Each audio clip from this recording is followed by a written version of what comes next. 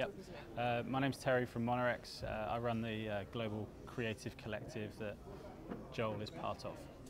And my name is Lamour from Brooklyn, New York, and I'm one of the artists that are featured in the game.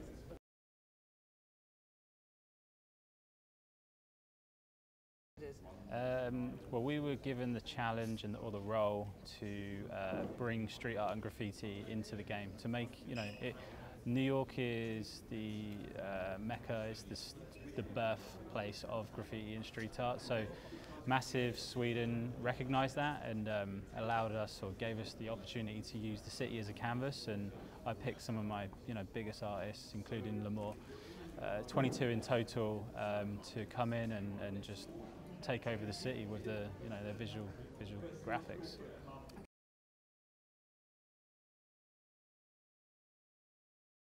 We work with about 250 a year, but it grows every year because we've been to 60 countries, 70 or 80 cities. We're in Hawaii next week. We kind of travel and meet new artists every week, but it grows, it expands. Okay.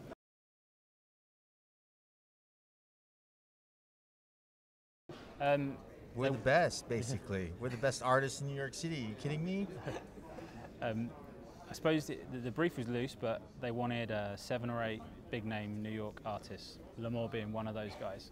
And then after that, it was everybody else needed to come from other parts of America and other parts of the world, and maybe not such a big name, but we mixed it up that way.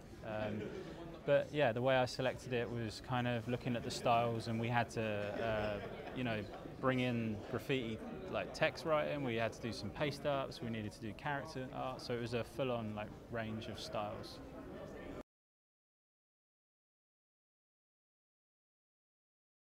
Project. Well, Tobias, who originally approached me with Terry, put me in the scenario of the game, saying if you survived in this game, and you're one of the surviving members of the 500 people that are left in this post-apocalyptic New York City, where would you paint? What would you paint? So it was kind of I was put in that whole game setting before I even saw the game. Just kind of the idea and the concept and the story, the rough story of the game itself, gave me an idea of what I wanted to do in the game, and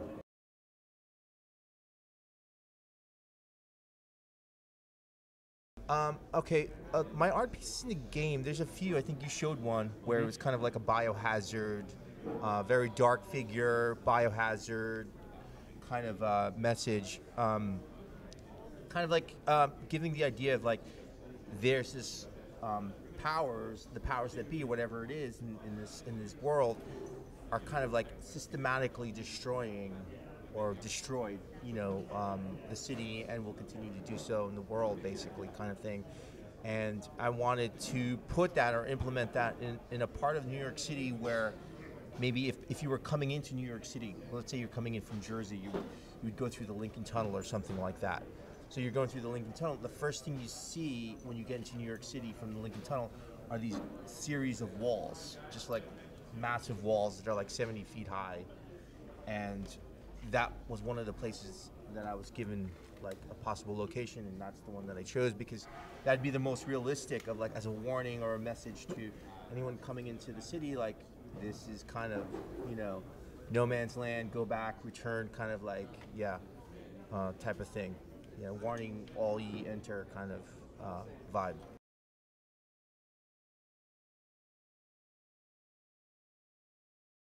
Of course. Could you put it in a sentence and say? Okay. Well, in the game itself, you were able to basically do your art. You had your choice of doing your art in Times Square or, where else was the major location? Madison Square Garden.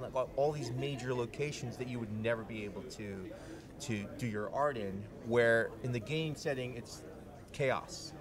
You're an artist in this chaotic world, and you could do your art wherever you wanted, and whatever the reason was, that's probably why you would choose the location and why you did it. So that was one aspect of it. And then another aspect of it that I would normally never be able to do in real life is just the massive size alone of and how many places that we placed, that my art was actually placed in. another aspect, a logistical aspect that might not ever exist in real world. But yeah, I mean, those are like the major things. And also, like the fact of, like, maybe if I was given these walls, or like big walls in New York City, I don't think I would necessarily paint what I painted in the game, because it's a different setting. There's a whole different vibe that's going on in the game that you want to convey, as far as like an urgency or desperation, or a hopelessness that you would experience in that type of setting, as opposed to a regular, real world setting. So.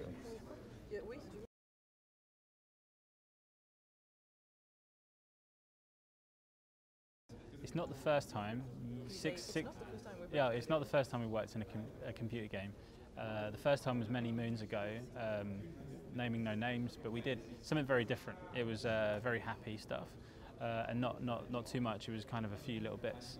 But this is the first big video game project, and hopefully, something we'll continue to be part of. Yeah, so that's kind of.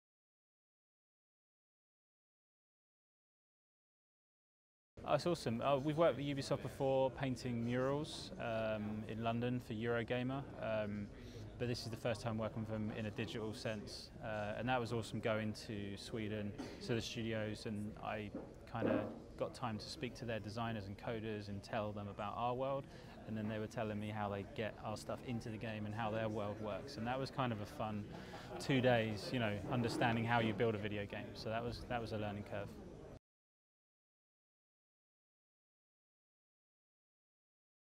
Well, I mean, the idea that Ubisoft actually approached us to paint a landscape of New York City, with our art, it's kind of like it's kind of like the first of its kind. It's never really been done before, and hopefully, like, you'll see more of this, because like art is part of a city, like whether it's graffiti or street art or whatever, it creates the landscape of the city, and for Ubisoft to do that, it's amazing. And I think it's a great unification of different mediums, of our visual mediums into a game player's medium, so it's like more audience, more eyes on you. You're just expanding your audience as well too, so it's a great medium to kind of like express yourself in, and I'm just honored to be part of it.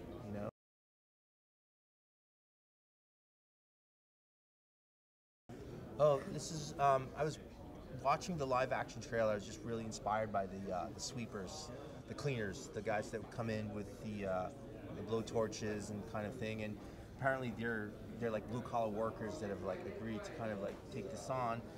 But somewhere along the lines, they've kind of like something, yeah, or like a switch is flipped kind of thing. And they're just kind of like in like kill mode kind of thing, which has happened before, but it's like now it's in the game, so yeah, it's fascinating, so yeah. Thank you very much, guys. Sure. Super, thank you. Cool. On n'a pas besoin de faire des plans de coupe, parce que les plans de coupe, c'est tout ce qui est le